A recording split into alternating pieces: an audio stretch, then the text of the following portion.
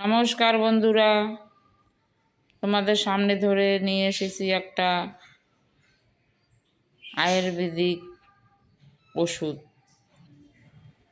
এটা দিয়ে কি হয় হয়তো কেউ জানো কেউ জানো না, তো যারা না জানো তাদের পক্ষে বলছি। দেখো, এটা বেল। তো বেল দিয়ে কি হয়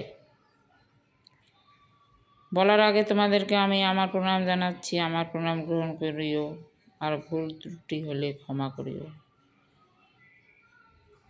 তো এই বেলটা যাদের নাক দিয়ে গরমের মধ্যে রক্ত পড়ে না, অনেক লোকেরই পড়ে। তো এই বেলটা তোমরা জলে ভিজিয়ে রেখে কন্টিনিউ অনেক দিন, 2-3 মাস এটা জলে ভিজিয়ে রেখে এটার মধ্যে মিশ্রি ঢেলে দিয়ে এটা ভালো করে ছেঁকে নিবে। যখন জলটা করবে ছেঁকে নিয়ে যার নাক দিয়ে রক্ত পড়ে তাকে কন্টিনিউ রোজ 1 গ্লাস করে খাওয়াবে, দেখবে উপকার পাবে।